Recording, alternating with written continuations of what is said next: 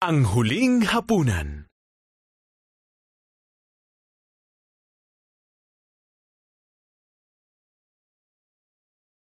Pinagaling ni Jesus ang mga may sakit at pinakain ang mga gutom. Minahal niya ang mga palaboy at tinuruan ng lahat tungkol sa kaharian ng Diyos. Subalit hindi nagustuhan ng mga pinuno ng relihiyon ang mga turo niya. At sila ay nainggit sa kanya.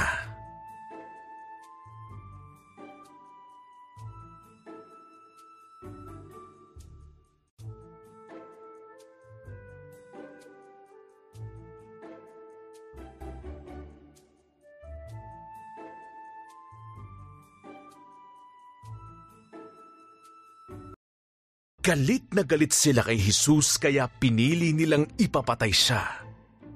Binigyan nila ng 30 pirasong pilak si Judas, isa sa mga alagad ni Jesus, para isuko sa kanila si Jesus.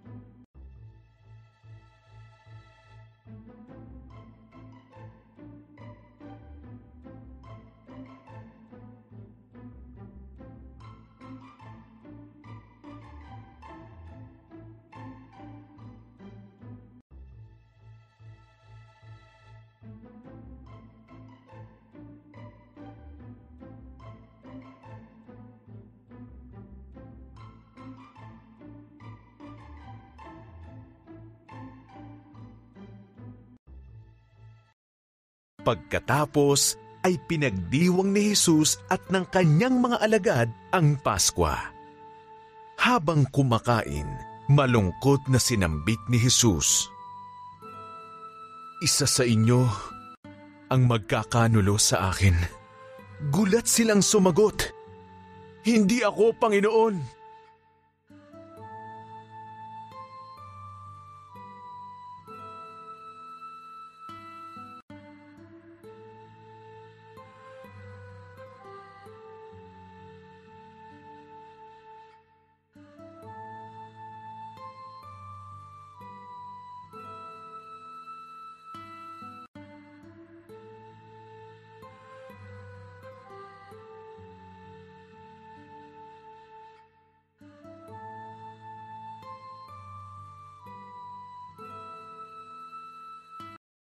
Totoo nga. Sabi ni Jesus, isa sa inyo na kumakain dito ang magkakanulo sa akin. "Hindi ako, Panginoon!" Sabi ni Judas. Alam mo ito. Sagot ni Jesus. Dali, gawin mo na. Kaya umalis si Judas.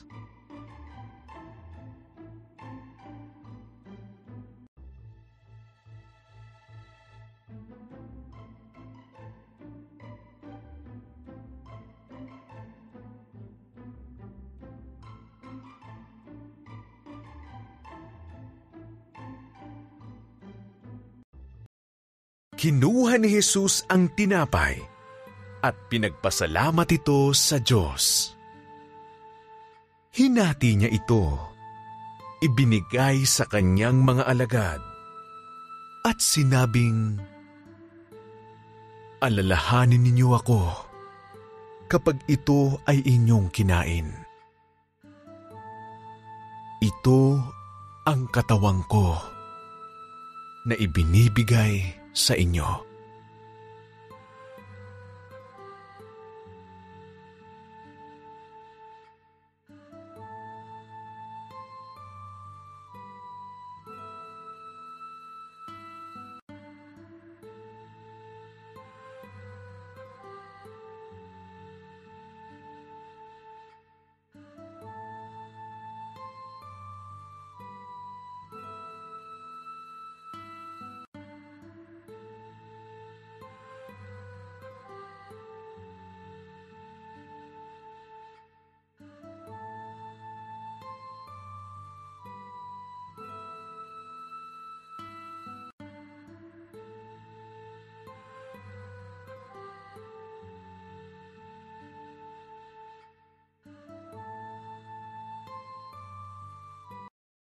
Pagkatapos ay kumuha si Jesus ng kopa at nagpasalamat ito sa Diyos.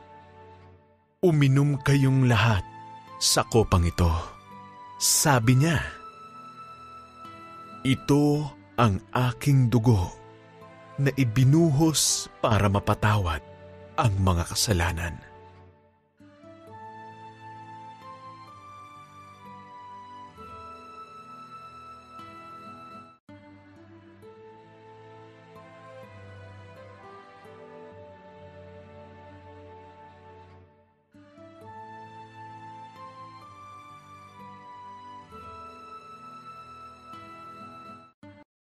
Pagkatapos nilang kumain, umawit si Jesus at ang kanyang mga alagad. Pagkatapos ay naglakad sila sa hardin ng Getsemani para manalangin.